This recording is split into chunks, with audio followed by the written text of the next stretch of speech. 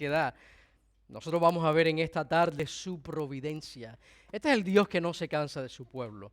Y es un Dios grande en misericordia y es clemente y compasivo, lento para la ira, y rescata y perdona al perdido.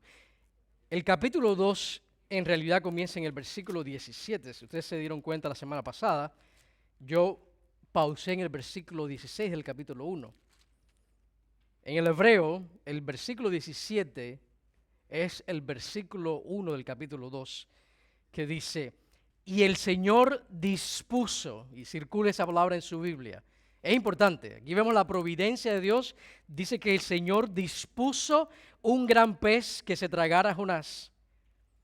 Y Jonás estuvo en el vientre del pez 3 días y 3 noches. Entonces oró Jonás al Señor su Dios desde el vientre del pez y dijo, en mi angustia clamé al Señor y Él me respondió. Desde el seno del Seol pedí auxilio y tú me escuchaste mi voz. Pues me habías echado lo profundo en el corazón de los mares y la corriente me envolvió, todas tus encrespadas olas y tus ondas pasaron sobre mí. Entonces dije, he sido expulsado de delante de tus ojos, sin embargo, volveré a mirar hacia tu santo templo. Versículo 5. Me rodearon las aguas hasta el alma, el gran abismo me envolvió, las aguas se enredaron a mi cabeza, mejor dicho, las algas se enredaron a mi cabeza. Descendí hasta las raíces de los montes, la tierra con sus cerrojos me ponía cerco para siempre, pero tú sacaste de la fosa mi vida, oh Señor Dios mío. Cuando en mí desfallecía mi alma, del Señor me acordé. Y mi oración llegó hasta ti, hasta tu santo templo. Los que confían en vanos ídolos, su propia misericordia abandonan. Mas yo con voz de acción de gracias te ofreceré sacrificios. Lo que prometí, pagaré. La salvación es del Señor. Entonces, el Señor dio orden al pez y éste vomitó a Jonás en tierra firme. Lo que vamos a estar viendo en este capítulo número 2 es que gracias a la providencia de Dios, y la providencia hablando de la providencia en Cristo Jesús, gracias al perdón que nosotros encontramos en el sacrificio de Jesús, es que nosotros podemos estar en paz con Dios, tener paz para con Dios, y gracias a lo que Cristo hizo, gracias a la providencia y el perdón que Dios ha provisto a través de su Hijo amado, es que nosotros podemos realmente relacionarnos con Dios. El pecado separa al ser humano de Dios, y lo que permite que nosotros podamos relacionarnos con Dios, tener una comunión con Dios, una relación con Dios, es ese sacrificio que tomó lugar, que desde el inicio Dios prometió y que todos los santos del Antiguo Testamento confiaban, todos aquellos que eran salvos en el Antiguo Testamento confiaban en esa providencia, en ese sacrificio que Dios iba a proveer una vez y para siempre para el perdón de sus pecados. Y lo que permite aquí a Jonás no ser separado de Dios para siempre es lo que Dios había provisto, o lo que iba a proveer en el caso de él, porque él está antes de la cruz, pero que el templo y las ofrendas y los sacrificios que tomaban lugar en el templo le recordaban constantemente al pueblo de Dios que Dios iba a proveer para ellos salvación a través de un sacrificio perfecto que vendría a su tiempo, a través de la simiente de la mujer, que más adelante vemos que es el Cristo. Así que vamos a ver en este capítulo 2 de una manera gloriosa cómo Dios procura a través de su providencia, y providencia específica en el sacrificio que Dios dispuso en Cristo Jesús. En el versículo 17 leemos que el Señor dispuso un gran pez que se tragara a Jonás. Y esto es uno de esos versículos que inmediatamente aquellos que no creen en la Biblia, no creen en Dios y piensan que la Biblia es un cuento, dice, ¿viste? Ahí está, que un pez se tragara a Jonás y que Jonás estuviera en el vientre del pez por 3 días y 3 noches y que no muriera, y que después en el versículo 10 dice que Dios dio orden a ese pez y éste lo vomitó en tierra firme y Jonás siguió su camino. Bueno, si nosotros creemos que Dios creó todas las cosas, que el universo es sostenido por el poder de su palabra, no hay ningún problema en Dios decirle a un pez que se tragara a Jonás y que Jonás no se muriera, ¿verdad? Si Él creó todas las cosas y Él sustenta todo el universo con el poder de su palabra, no es difícil para Dios que un ser humano sobreviva en el vientre de un pez. No tendremos problema en creer lo que dice el resto de la Biblia si creemos que Dios, como dice Génesis 1:1, en el principio Dios creó todas las cosas. Y déjeme aclarar, yo creo todo lo que dice la Biblia. Yo creo todo lo que la palabra de Dios nos enseña. Yo creo que Dios dispuso un gran pez para que se tragara a Jonás. Yo creo que Dios abrió en dos el mar rojo para que su pueblo pasara en tierra firme y seca, y cuando los egipcios trataron de hacer lo mismo, Dios dio orden y ellos se ahogaron. Yo creo que Dios hizo que la tierra se detuviera y dejara de girar para que Josué y el pueblo de Israel terminaran la batalla y vencieran a sus enemigos. Yo creo que Sadrach, Mesach y Abednego salieron del horno de fuego sin ni siquiera olor de humo en sus ropas, como nos muestra el libro de Daniel. Yo creo que Jesús murió en una cruz, fue sepultado en una tumba de José de Arimatea y que al tercer día resucitó de entre los muertos. Yo creo firmemente que Jesús, con solo decirlo, clamó la tormenta, o mejor dicho, calmó la tormenta. Y Jesús hizo referencia a este versículo 17.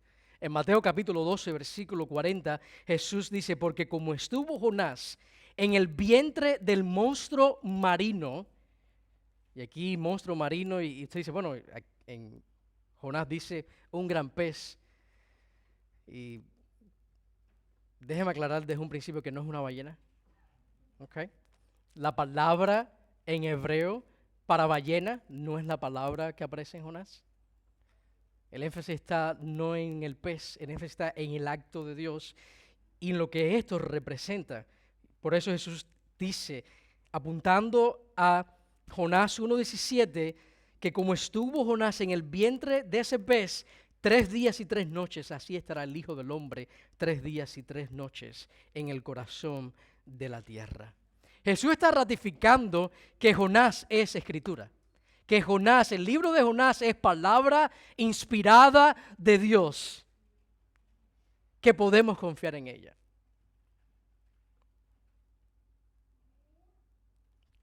Lo que Jonás experimentó y cómo Dios trató con él apunta hacia algo mayor que un rescate físico y temporal, porque Dios rescató a Jonás físicamente de ahogarse.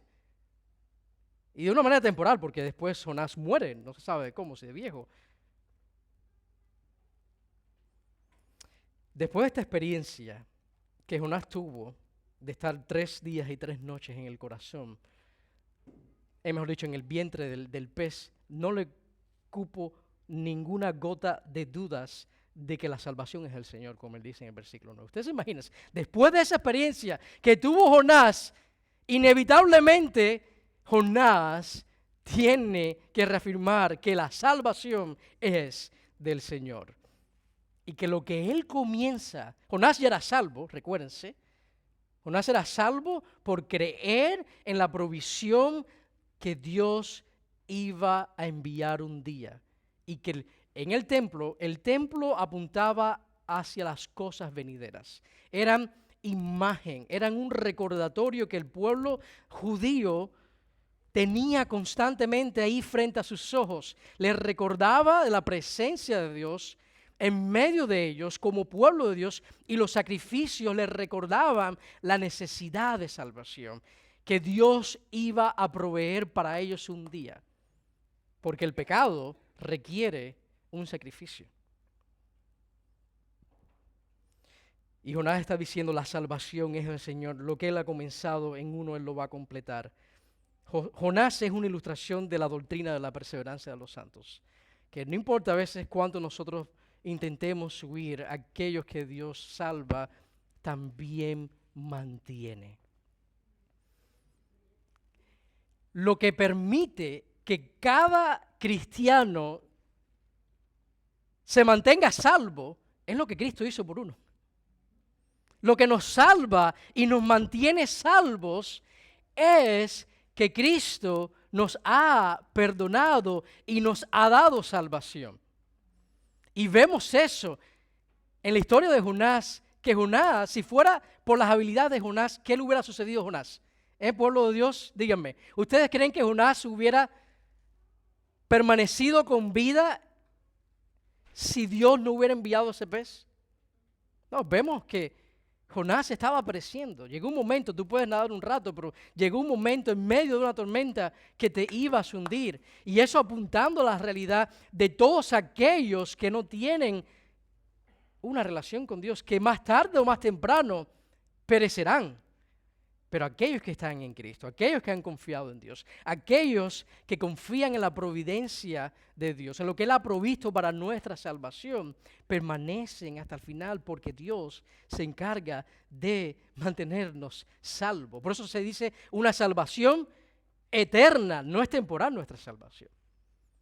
Porque Dios nos salva y nos mantiene salvos. Mira alrededor un momento. Mira alrededor, no tenga pena. Y ahora con mascarilla, menos que menos, podemos mordernos los unos a los otros. Todo cristiano que está aquí sentado va a llegar al cielo de la misma manera. Tú no vas a llegar al cielo por tu esfuerzo. Tú no vas a llegar al cielo por venir a la iglesia, es importante. Venir a la iglesia es importante, esforzarse en las cosas del Señor. Pero nada de eso nos salva. No es tu asistencia perfecta. No es que tú das dinero a la iglesia, no es que tú lees la Biblia. Todas esas cosas son medios y cosas que Dios usa en nuestras vidas. Pero cada uno de nosotros, salvo, va a llegar al cielo de la misma forma. Porque Dios te salvó y Dios te mantuvo. Y Dios nos procura a través de su providencia. Lo que hace que Dios continúe procurándonos, lo que hace que Dios nos aparte de nosotros, fue el sacrificio de Cristo. Porque el pecado, ¿qué es lo que hace con el ser humano? Nos separa de Dios. ¿Y qué es lo que nos trae hacia Dios? Lo que Cristo hizo por nosotros. Y lo que permite que tú estés en los caminos del Señor fue lo que Él hizo por nosotros. La providencia de Dios a través del sacrificio de Cristo. Miren el versículo 1. Entonces oró Jonás al Señor su Dios desde el vientre del pez. Esta es la última vez que yo me voy a quejar cuando vaya en un avión en la fila del medio, porque estoy muy apretado. Va a ser la última vez que yo me voy a quejar cuando esté en el Palmetto y me tome una hora llegar a la casa. Si hay alguien que estaba incómodo y pasó incomodidad, fue Jonás por 3 días y 3 noches en el vientre de un pez. Jonás se encuentra aquí orando al Dios del cual huía. El versículo 2 hasta el versículo 9 es una oración. Una oración que está compuesta de muchos salmos. Es la oración de reconocer quién es Dios y quién es el que está al mando. Jonás pensaba que él estaba al mando. Pero si hay algo que nos recuerda la salvación, que no solo Cristo es Salvador, Cristo es Curios, es Señor de nuestras vidas. Él tiene el derecho, la autoridad de decirnos cómo nosotros debemos vivir. Que nuestras vidas le pertenecen al Señor, que ya no somos dueños de nosotros mismos, que tenemos un Señor y que ese Señor tiene una voluntad para nuestras vidas. De esta forma que comenzó Jonás y que oró Jonás al Señor su Dios, debe comenzar la oración de cada persona que está en desobediencia. Si tú estás en desobediencia, tú debes comenzar así como comenzó Jonás. Dice que oró al Señor su Dios.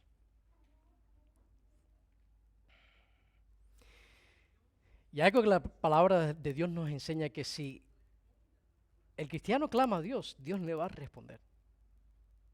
Que Dios escucha nuestras oraciones y Dios responde a nuestras oraciones y Dios viene en nuestra ayuda. Dile a tu vecino, la oración funciona.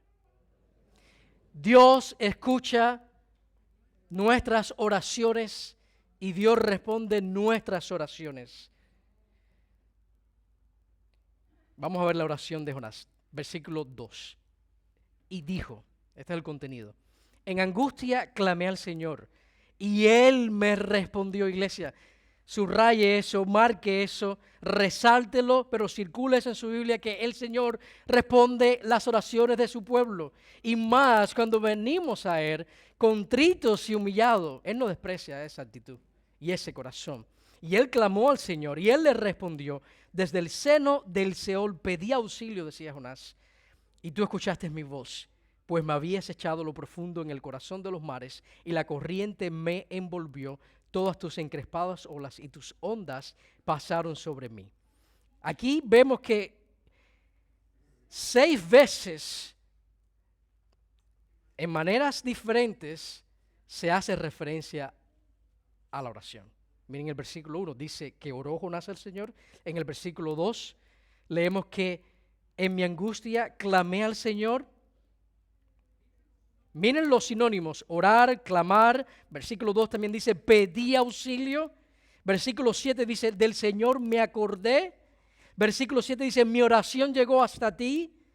Y en el versículo 9 dice, con voz de acción de gracias te ofreceré sacrificios. La oración, orar es cuando tú deseas más a Dios que a cualquier otra cosa en tu vida. Orar no es que Dios ahora se alinee con tus prerrogativas o tus peticiones. Orar a Dios es cuando tú deseas a Dios y nada más. Jonás aquí está orando y está orando la Biblia. Si hay algo que nos enseña a orar es la palabra de Dios, porque la palabra de Dios le da el color y la forma a las cosas que están en el corazón de Dios y que Dios quiere que nosotros oremos a Él. Toda la oración de Jonás, del versículo 2 al versículo 9, son oraciones, es decir, es una oración que está compuesta de diferentes salmos. El libro de los Salmos ya se había escrito cuando Jonás estaba viviendo esto. Unos 700 años antes de Cristo aproximadamente. Miren el versículo 2. Sigue con la vista estos versículos. Yo le voy a leer los salmos que representan estos versículos para que usted vea la similitud que vemos en estos versículos y en estos salmos. El versículo 2 es una alusión al Salmo 18, los versículos 4 y 6. Y el Salmo 18 dice, los lazos de la muerte me cercaron, y los torrentes de iniquidad me atemorizaron. Los lazos del Seol me rodearon, las redes de la muerte surgieron ante mí. En mi angustia invoqué al Señor y clamé a mi Dios. Desde su templo oyó mi voz y mi clamor delante de él llegó a sus oídos. Ahora mire el versículo 3, que es una alusión al Salmo 42, versículo 7. Dice, un abismo llama a otro abismo a la voz de tus cascadas. Todas tus ondas y tus olas han pasado sobre mí. Mira el versículo 4, una alusión al Salmo 31, versículo 22. Dice, y yo alarmado decía, cortado soy de delante de tus ojos, pero tú oíste la voz de mis súplicas cuando a ti clamaba. Mira el versículo 5, una alusión al Salmo 69, versículos 1 y 2. Dice, sálvame, oh Dios, porque las aguas me han llegado hasta el alma. Me he hundido en cieno profundo y no hay donde hacer pie. He llegado a lo profundo de las aguas y la corriente me anega. Mira el versículo 7.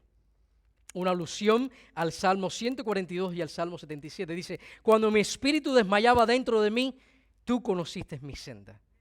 Me acordaré de las obras del Señor, ciertamente me acordaré de tus maravillas antiguas. Y el versículo 9 es una alusión al Salmo número 3, versículo 8, que dice, la salvación es del Señor. Sea sobre tu pueblo tu bendición. Cuando nuestras oraciones están moldeadas por la palabra de Dios, moldeadas por lo que Él hizo por nosotros, ancladas en la seguridad de que no hay nada ni nadie que me vaya a separar de Dios, porque soy salvo y estoy seguro por lo que Él hizo por mí, que aunque me encuentre ahí hundido, yo puedo clamar al Señor y Él va a escuchar mi voz y me va a sacar.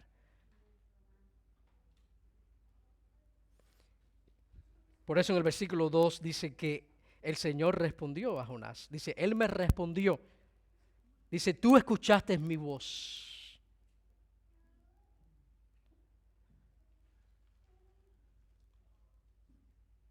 El Señor nos procura a través de su providencia que lo que Dios hizo por nosotros es suficiente para amarnos, para procurarnos. Ahora, en el versículo 3 hay algo interesante. Tú lo lees y dice, pues me habías echado a lo profundo.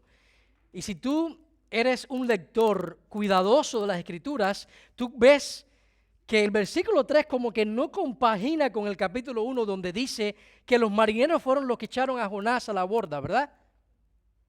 ¿Quiénes fueron los que tiraron en el capítulo 1 a Jonás al mar? ¿Y por qué Jonás dice aquí en el capítulo 2, en el versículo 3, tú me habías echado a lo profundo?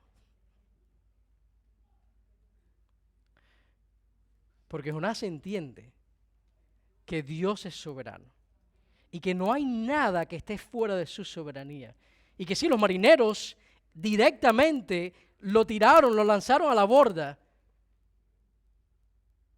pero la causa primaria fue la soberanía de Dios.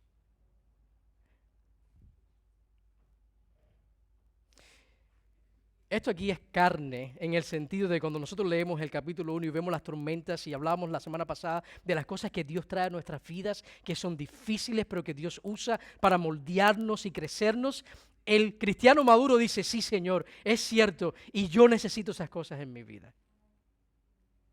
El que quiere crecer, el que quiere madurar, entiende que no hay nada. No hay un día, no hay un segundo, no hay una situación donde la mano de Dios no esté presente.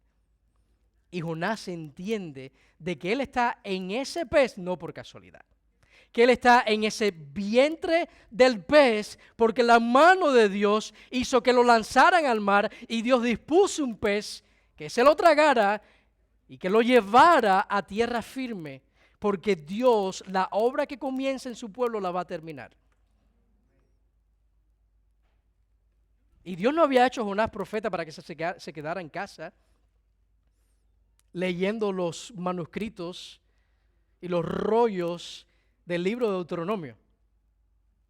Dios había salvado a Jonás con un propósito, que proclamara su palabra y proclamara a los pueblos salvación de un Dios misericordioso que procura al perdido y al que salva no suelta. Por eso dice Jonás, pues me habías echado a lo profundo. No fueron los marineros, fuiste tú, oh Dios. Y esto es importante, el cristiano a veces tiene que salir de entre los árboles. ¿Ustedes han escuchado esa expresión de que a veces estamos metidos mucho entre los árboles y no vemos el bosque de afuera? No vemos la foto mayor de nuestras vidas. Nuestras vidas son parte de una historia de redención. Y la palabra de Dios nos muestra esa realidad de que tenemos un Dios que lo creó todo y que es soberano y que el pecado entró al mundo y de que fuimos separados de Él, pero que Él proveyó la solución para nuestra perdición. Y que Él nos procuró, y que Él nos salvó, y que nos dio un propósito, y que hay un reino venidero. Y que aquellos que van a entrar a ese reino venidero son aquellos que están de acuerdo con lo que Dios dice de que Cristo Jesús es el Señor. Y que la salvación le pertenece a Él. Yo no sé qué tú puedes estar atravesando en este momento. Hay situaciones incómodas. Yo estoy seguro que Jonás estaba incómodo. Hay momentos difíciles, pero no hay nada que en nuestras vidas tome lugar que tenga despropósito. Y Jonás ahora en el vientre del pez está entendiendo eso. Mire el versículo 4. Entonces él dice: he sido expulsado de delante de tus ojos. Sin embargo, volveré a mirar hasta tu santo templo. Esa expresión ahí es crucial. Hay dos ocasiones en este capítulo que él menciona el templo. En el versículo 4 y en el versículo 7. Lo que Jonás está diciendo aquí es su confianza de que él volverá a ver de que él no va a perecer en ese vientre del pez, porque Dios lo ha perdonado basado en la providencia de Dios.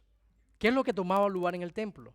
Los sacrificios. Ahí estaba la presencia de Dios. Y los sacrificios recordaban eso, que Dios iba a proveer para su pueblo. En el caso nuestro, ya tomó lugar, pero ellos miraban hacia esa providencia. Su fe estaba puesta en lo que Dios había prometido, de que ellos eran salvos porque Dios proveyó para su salvación, proveyó para lidiar con el pecado. Y por eso dice el versículo 4, aquí muestra la confianza de él: yo volveré a mirar hacia tu santo templo.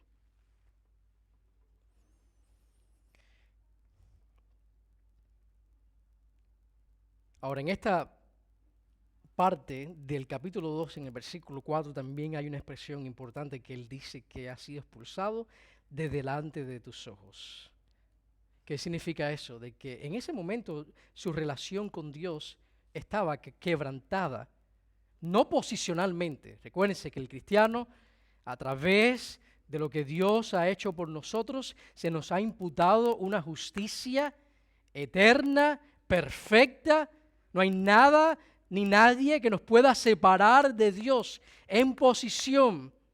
No hay tal cosa como salvo hoy y dijiste una mentira mañana y perdiste la salvación, ¿no?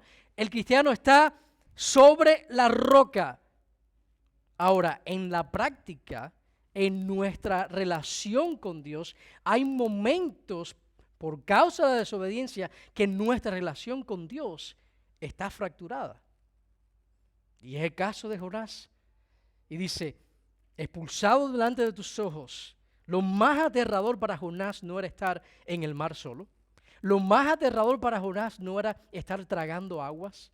Lo más aterrador para Jonás no era estar ahí en medio de ese mar Mediterráneo pereciendo, a punto de morir. Lo más aterrador para Jonás era el sentir de que su relación con Dios no estaba en un buen lugar. Que su desobediencia había producido esa ruptura en su comunión con Dios.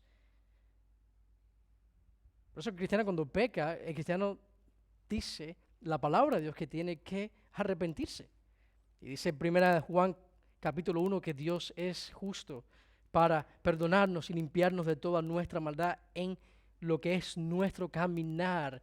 Esa es la parte de la santificación.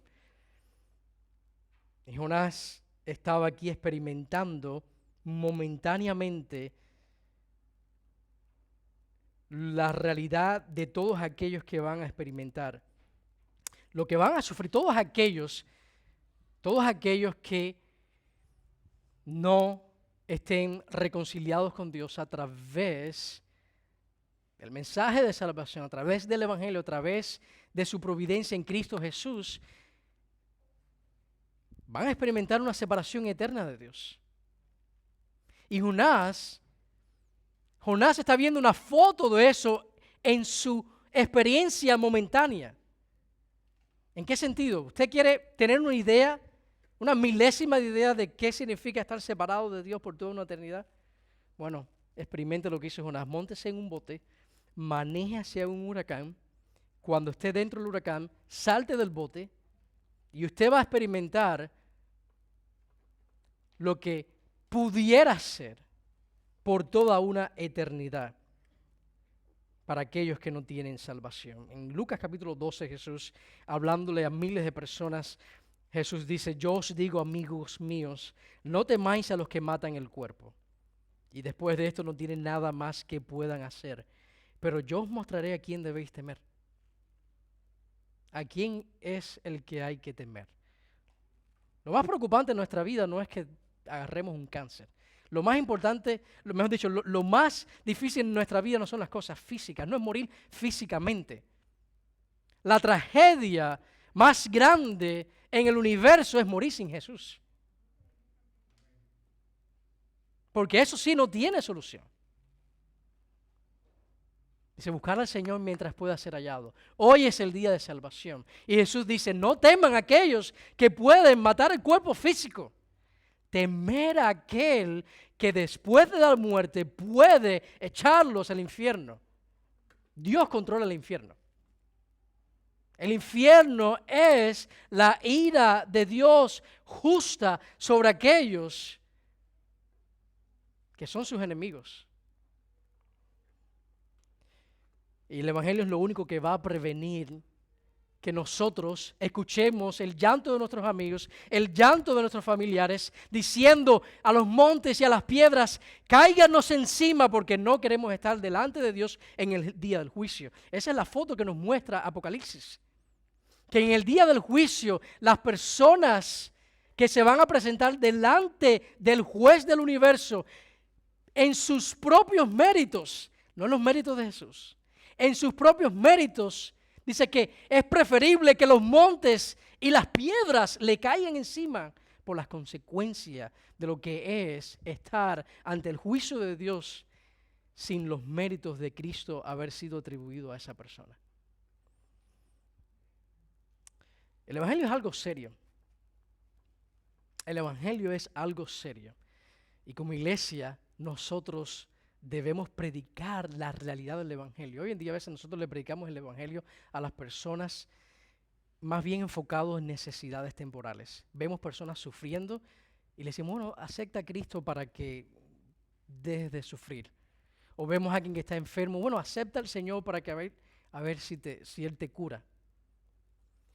Y por mucho que nosotros quisiéramos que las personas se curaran físicamente, y por mucho que nosotros quisiéramos que las personas sean felices, ese no es el Evangelio. El Evangelio es un llamado al arrepentimiento a aquellos que están muertos espiritualmente y solo Dios puede proporcionarles salvación. Que somos enemigos de Dios sin Cristo Jesús en nuestras vidas. Que tienes una sentencia sobre tu vida. Como dice Juan, nos encanta leer Juan 3:16, pero vaya conmigo ahí a Juan 3:16. Y miren lo que dice Juan 3:16. Y el versículo siguiente. En Juan capítulo 3 leemos: porque de tal manera amó Dios al mundo. Amén a eso, y es cierto, que dio a su Hijo unigénito para que todo aquel que cree en Él no se pierda, mas tenga vida eterna. Porque Dios no envió a su Hijo al mundo para juzgar al mundo, sino para que el mundo sea salvo por medio de ese. Es el corazón de Dios, darnos salvación. Pero, dice el versículo 18, el que cree en Él no es condenado, pero el que no cree ya ha sido condenado, porque no ha creído en el nombre del unigénito de Dios. Todos aquellos que no tienen a Jesús, que no han creído en Cristo Jesús como Señor y Salvador, tienen una condena sobre sus vidas y solamente pueden salirse de esa condena a través de la fe en Cristo Jesús. ¿Y qué significa esa condena? Que un día Dios te va a llamar a dar cuentas, que hay un juicio venidero. Pero aquellos que confían en Cristo Jesús pueden tener la seguridad de que en ese día no van a recibir juicio. Ese día ellos obtienen el reino venidero porque han sido perdonados a través de la propiciación que obtenemos en Cristo Jesús. Y Jonás está experimentando en su vida la gracia de Dios que ya él posee a través de la promesa que los sacrificios del templo les recuerdan al pueblo de Israel, que Dios perdona a todos aquellos que confían en su providencia. Que de la misma forma que Dios dispuso un pez para rescatar físicamente a Jonás, Dios ha dispuesto a través de Cristo salvación para rescatarnos a nosotros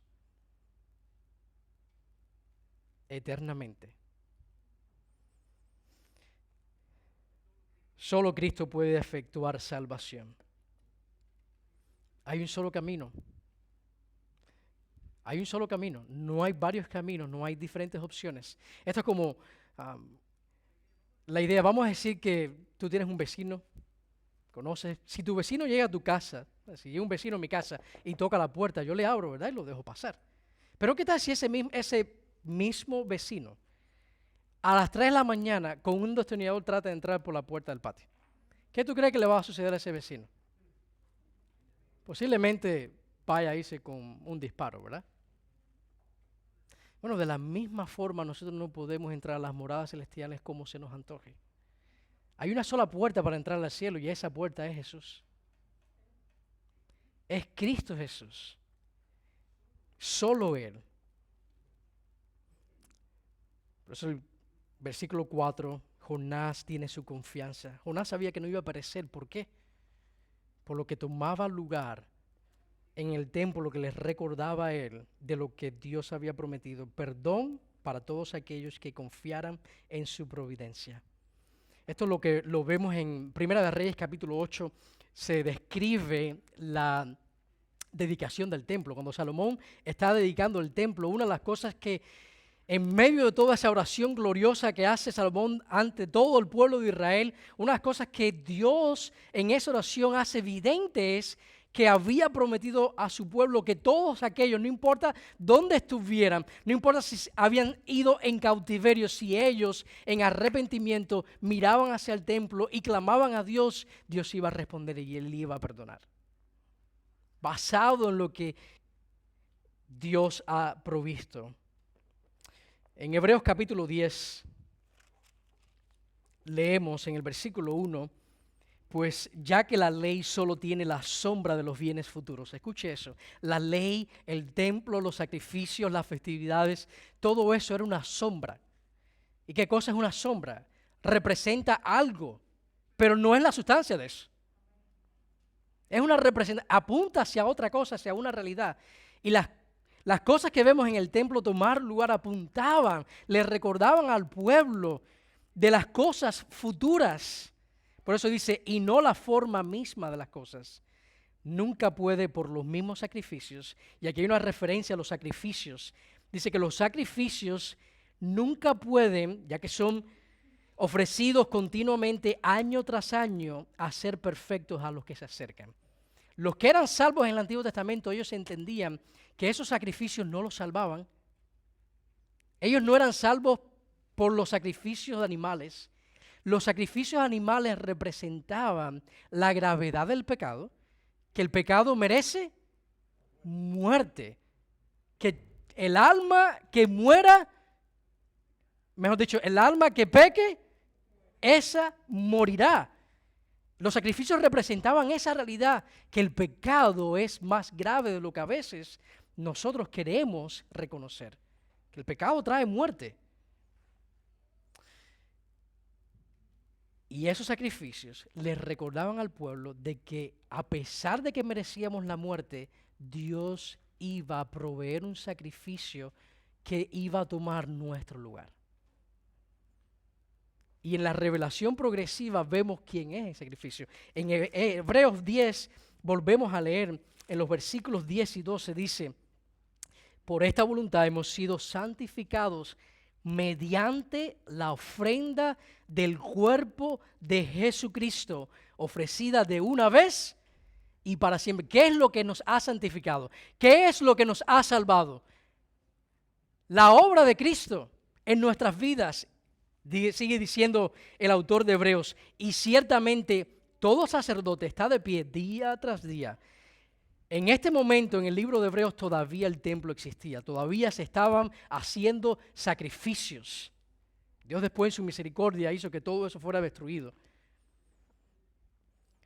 en el año 70 aproximadamente, pero vemos, dice, que los sacerdotes de pie día tras día, ministrando y ofreciendo muchas veces los mismos sacrificios que nunca pueden quitar los pecados. Era evidente, era claro de que los sacrificios de animales no resolvían el problema de nuestro pecado. Cristo iba a hacer esa ofrenda por nuestro pecado. Ahora dice el versículo 12 de Hebreos 10, pero Él, habiendo ofrecido un solo sacrificio por los pecados, para siempre se sentó a la diestra de Dios. La imagen aquí de Cristo ofrecer su vida para nuestros pecados, para traernos salvación, y Él sentarse a la diestra de Dios, es un símbolo de descansar, de que la obra ha sido terminada, que no hace falta otro sacrificio, que su sacrificio, una vez y para siempre, es suficiente para salvarte y mantenerte salvo. Y Jonás está experimentando aquí la gracia de Dios, y Jonás está experimentando la gracia de Dios en la salvación y manteniéndose en salvación a pesar de que él había intentado huir de Dios y estaba en desobediencia. ¿Qué es lo que hacía que Dios lo dijera? Bueno, Jonás, ya tú, no quieres ir y predicar, tú estás en desobediencia, me voy a buscar otro. ¿Qué es lo que hace que Dios continúe procurándote? ¿Qué es lo que hace que Dios no se canse de ti? ¿Qué es lo que hace que Dios tenga misericordia y paciencia de tu vida todos los días? Y que Dios te procure y que Dios se interese por ti. Lo que Cristo hizo. Su sacrificio por nosotros. Que cuando Dios nos ve a nosotros, Él ve la obra del Cordero de Dios que quita el pecado del mundo. En Romanos 10:4 leemos que Cristo es el fin de la ley. Para justicia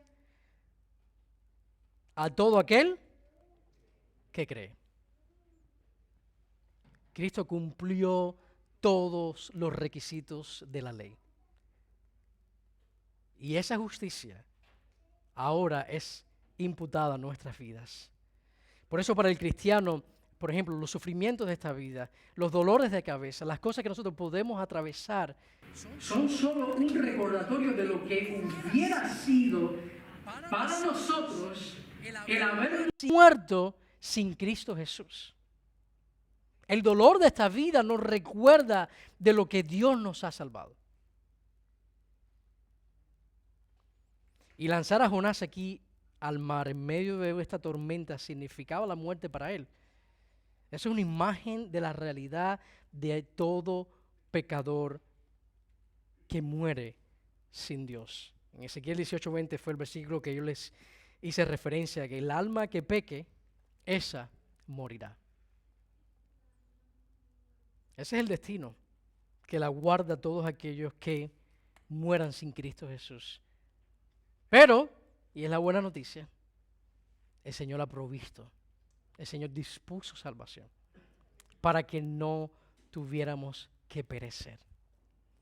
Y una vez siendo salvos, el Señor se asegura de que nosotros nos mantengamos salvos, porque Él es el Salvador.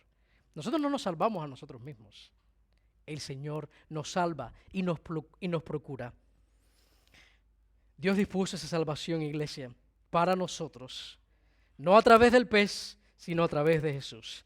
Gálatas 4 dice que cuando vino la plenitud del tiempo, ¿por qué la plenitud del tiempo? Porque todos aquellos antes del primer siglo aguardaban este día, aguardaban la ofrenda que Dios iba a proveer, aguardaban que Dios enviara al Mesías. Y dice que cuando vino la plenitud del tiempo, Dios envió a su Hijo, nacido de mujer, nacido bajo la ley, a fin de que redimiera a los que estaban bajo la ley, para que recibiéramos la adopción de hijos. La adopción de hijos para todos aquellos que creen en Él. Versículo 6 de Jonás 2. Dice, descendí hasta las raíces de los montes, descendí hasta las raíces de los montes, la tierra con sus cerrojos me ponía cerco para siempre. Pero tú sacaste de la fosa mi vida, oh Señor Dios mío. ¿quién más podía sacar de la fosa a Jonás? ¿Quién más podía rescatar a Jonás? ¿Qué dice el versículo 6? ¿Quién fue el que lo hizo? Dios fue el que lo hizo. Dios fue el que lo rescató. El pez no se tragó aquí a Jonás. Note eso, que el pez no fue, a veces uno ve en los muñequitos o en las películas como que van a tirar a Jonás y el pez está ahí esperando con la boca abierta. Eso no fue lo que sucedió. Lo que sucedió fue que a Jonás lo lanzaron y los marineros siguieron. Posiblemente la tormenta se calmó porque en el capítulo 1, en el versículo del capítulo 1, versículo dice 15, que tomaron a Jonás y lo lanzaron al mar y el mar cesó en su furia. Así que la tormenta ya no estaba. Pero nadie sabe el oleaje que había. Y nadie sabe cómo estaba ese mar picado por causa de esa tormenta que había pasado. Y Jonás en algún momento posiblemente estaba tratando de salvarse de él mismo, de mantenerse a flote, pero inevitablemente se hundió. Dice que las algas estaban sobre su cuello y estaba llegando a lo profundo. Dice que descendía hasta las raíces de los montes. Él se había hundido. La tierra con sus cerrojos me ponía cerco para siempre. Y en medio de todo eso, ¿qué hizo Dios? Es el versículo 17. El Señor dispuso un gran pez que se tragara a Jonás. ¿Qué escena? Tremenda película saliera de aquí. Apuntándose a la gracia. Eso es lo que Dios hace con nosotros. Lo que Dios hace con el perdido y lo que hace también con el cristiano. Que Él nos sostiene. Que Él es el que nos rescata.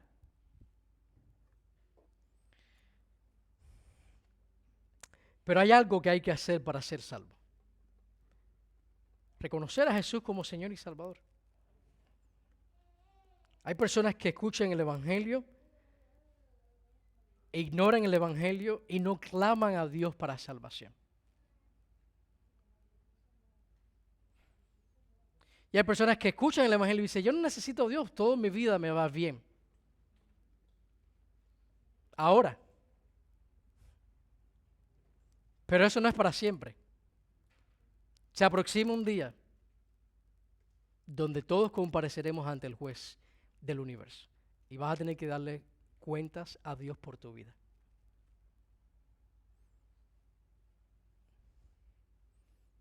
Y ese día no te va a salvar cuánto dinero tenías en el banco, si fuiste exitoso o no en tu carrera o en tu negocio. Ese día no te va a salvar si fuiste buen padre, si te ocupaste de tus hijos, si los sacaste a pasear, si proveíste todo para ellos. Nada de eso te va a salvar. Ese día, lo único que nos mantiene delante de Dios como justos es si hemos creído en la justicia de Dios provista en Cristo Jesús. Miren el versículo 8. Los que confían en vanos ídolos, su propia misericordia abandona. ¿Qué está diciendo Jonás aquí? Bueno, que si huyes de Dios, que si tú huyes de Dios, que si tú rechazas el Evangelio, tú te estás alejando de la única fuente de misericordia. Que solo en Dios se puede hallar misericordia. Y hay tres elementos que brevemente voy a mencionar en cuanto a la salvación, ¿no? Porque la salvación es algo crucial que vemos aquí, en este pasaje, que es un Dios que nos procura, un Dios que nos mantiene. Y lo primero que quiero que vean en el versículo 8 es observación. Que vemos a Jonás observando y llegando a una conclusión, que no hay salvación fuera de Dios, que si tú confías en otras cosas, tú estás abandonando la única esperanza de vida y perdón. Pero que en Dios sí hay perdón a través del sacrificio perfecto de Cristo. En Gálatas 3:26 leemos que somos hijos de Dios mediante la fe en Cristo Jesús. ¿Cómo una persona puede llegar a ser hijo de Dios? ¿Cómo tú que estás aquí en esta tarde, tú puedes llegar a ser un hijo de Dios? A través de la fe en Jesús. Todos aquellos que creen en Jesús como su Señor y Salvador, todos aquellos que un día dicen, Señor, soy culpable, si tú me das lo que merezco, no es el cielo, es hundirme como Jonás, pero Dios, tú has dispuesto salvación para todos aquellos que creen en ti. Y una vez que tú pesas en la balanza la evidencia y comprendes que no hay otra vía para llegar al cielo, que tú dices, no hay salvación, no hay misericordia, como dice el versículo 8, no hay misericordia en otra parte, en otro lugar no se encuentra salvación. Cuando tú entiendes eso y llegas a la conclusión, tú tienes que responder a ese mensaje. No es solamente con estar de acuerdo en tu mente, no es solamente con decir, sí, yo creo lo que dice la Biblia, estoy de acuerdo en lo que dicen los evangelios. No es suficiente con estar de acuerdo de una manera cognitiva. Necesitamos, dice el versículo 9, consagración. Por eso dice, mas yo con voz de acción de gracias te ofreceré sacrificios. Lo que prometí pagaré. La salvación es del Señor. Una vez que tú haces la matemática, vida eterna es igual a fe en Jesús. Y necesitamos responder al Evangelio si no has respondido al Evangelio. El pecador necesita responder al Evangelio. Señor, ¿qué haremos para ser salvos? Arrepentíos. Y crea en el Señor Jesucristo y serás salvo.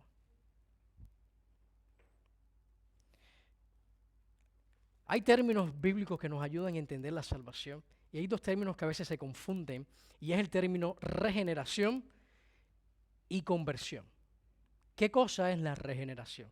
La regeneración es obra única, soberana de Dios, que Él viene a nuestras vidas y regenera nuestro corazón muerto y nos da vida espiritual, nos da vida eterna. Y en respuesta a esa realidad instantánea, obra de Dios, viene la conversión, que también sucede instantáneamente, todo eso al mismo tiempo. Hay una diferencia entre convicción, o sea que podemos ver el Espíritu Santo trayendo convicción de pecado, es uno de los ministerios del Espíritu Santo donde nos muestra nuestra condición y nos está mostrando que estamos perdidos, pero la regeneración es instantánea. Él viene y nos salva, lo hace Dios, tú no aportas nada para la salvación. Ahora, en ese proceso, en esa obra gloriosa de Dios, el ser humano responde a lo que Dios ya hizo en su corazón. Y esa es la conversión. Es la realidad visible de lo que ya ha tomado dentro de él. Que ahora es una nueva criatura. La regeneración es la salvación, es del Señor. Es lo que dice el versículo 9. Que el único agente operando en la salvación es Dios.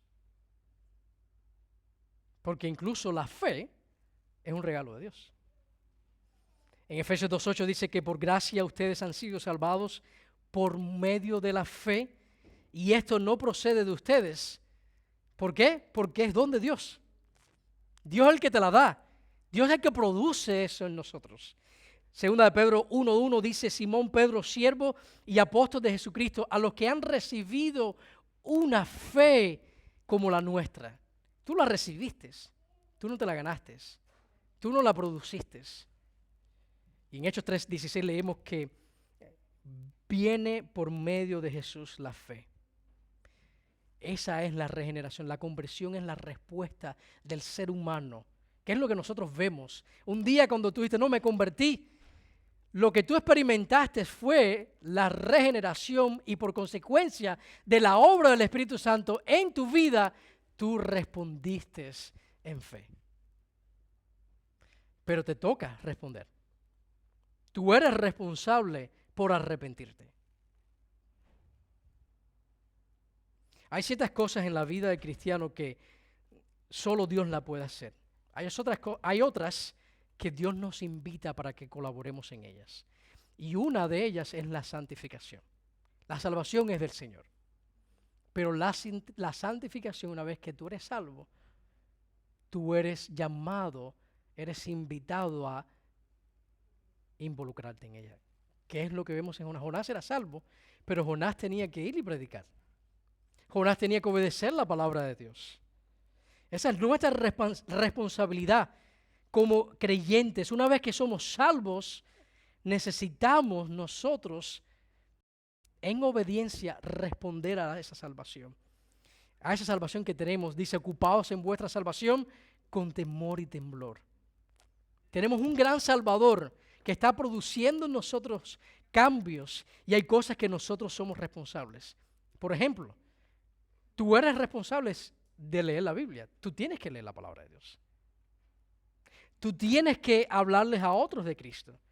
Tú tienes que congregarte. Esa es tu responsabilidad. Tú tienes que lidiar con el pecado en tu vida, alejarte del pecado, huir de la tentación. Esa es tu responsabilidad.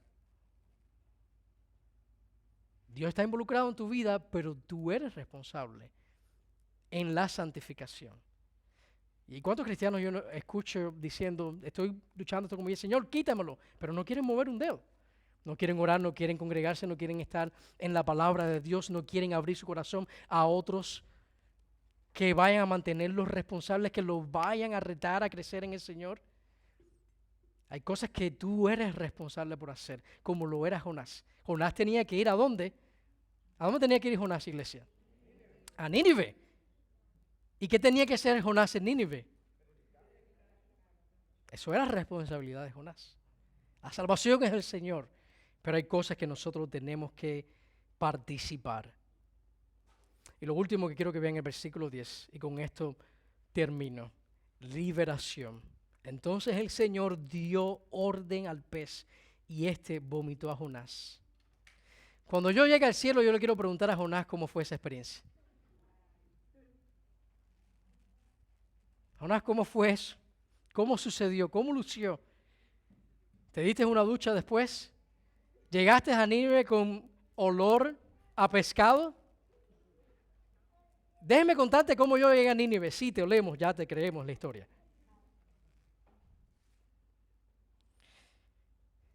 Todo aquel que confía en la providencia de salvación que hay en Cristo es salvo. Y Juan, el apóstol Juan en primera de Juan, escribiéndole a estos creyentes, les dice, yo les escribo para que ustedes sepan que si ustedes han creído en el Hijo de Dios, ustedes poseen, ustedes tienen salvación. No dice que vamos a ver si la logran. No dice vamos a ver si alcanzan. Vamos a ver si Dios los perdona. No, que todo aquel que ha creído en el Hijo tiene vida eterna. Y Jonás entendía eso. Jonás, por eso decía, del Señor me acordé y mi oración llegó hasta ti, hasta tu santo templo. ¿Qué tiene que ver eso, Jonás? Sí, porque eso me recordaba que Dios ha provisto para mi salvación. Y aunque yo esté aquí en el pez, en este vientre de este pez, yo no voy a perecer porque el Señor ha provisto para mi rescate. Y Dios hizo eso por Jonás, porque Jonás era salvo, y lo procuró, y lo buscó, y lo sostuvo, y lo llevó a tierra para que fuera y obedeciera la voz de Dios. Y Dios usa su providencia para acercarnos. Qué buena noticia, iglesia. Póngase a pensar de que no hay nada que te pueda separar de tu Salvador. Que a veces tomamos pasos incorrectos, pero qué gran Dios tenemos de que Él te va a procurar y de que Él te va a buscar. Y lo que permite que Dios continúe buscándonos es lo que Él ya ha hecho por nosotros. Que merecíamos perdición, pero Él nos buscó. Y mientras el grupo de alabanza sube,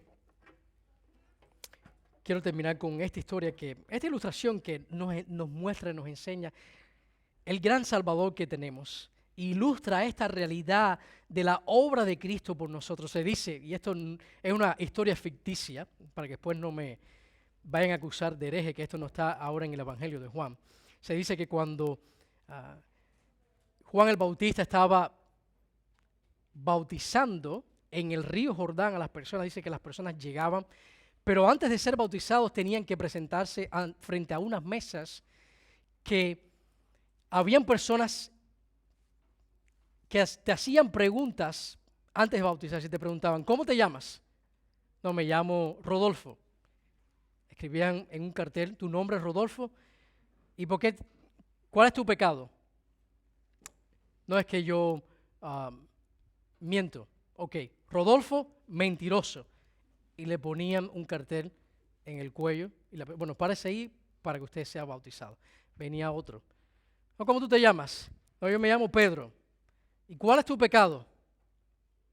No, yo engañé a mi esposa. Pedro, adúltero. Y le enganchaban el cartel y todo el mundo veía el cartel con el nombre Pedro, adúltero. Y llegaba otro. Bueno, ¿y cómo tú te llamas? No, yo me llamo María. ¿Y cuál es tu pecado, María? Bueno, yo a veces en la casa de la vecina agarro cosas que no son mías. Bueno, María, ladrona. Imagínense esa cola. Todo el mundo ahí parado con un cartel con el nombre y con su pecado. Dice que llega el Cordero de Dios. Llega Jesús. ¿Cómo tú te llamas? Jesús. Que quita el pecado del mundo. Y pasa por la cola y le quita todos los carteles a estas personas y se las pone encima. Y es bautizado. Y mientras es bautizado, el nombre y los pecados son borrados por la obra del Cordero de Dios. Eso fue lo que Él hizo por nosotros. Él tomó todos nuestros pecados. Él nos procuró. Él nos salvó. Él nos perdonó. Gracias a su providencia. Que Él dice que Dios proveyó en Cristo para nuestra salvación. Y somos el pueblo de Dios perdonado, santificado y encomendados ahora para proclamarlo a Él, nuestro gran Salvador. Y Jonás experimentó en primera plana lo que es un Dios que no se cansa de nosotros. Vamos a orar.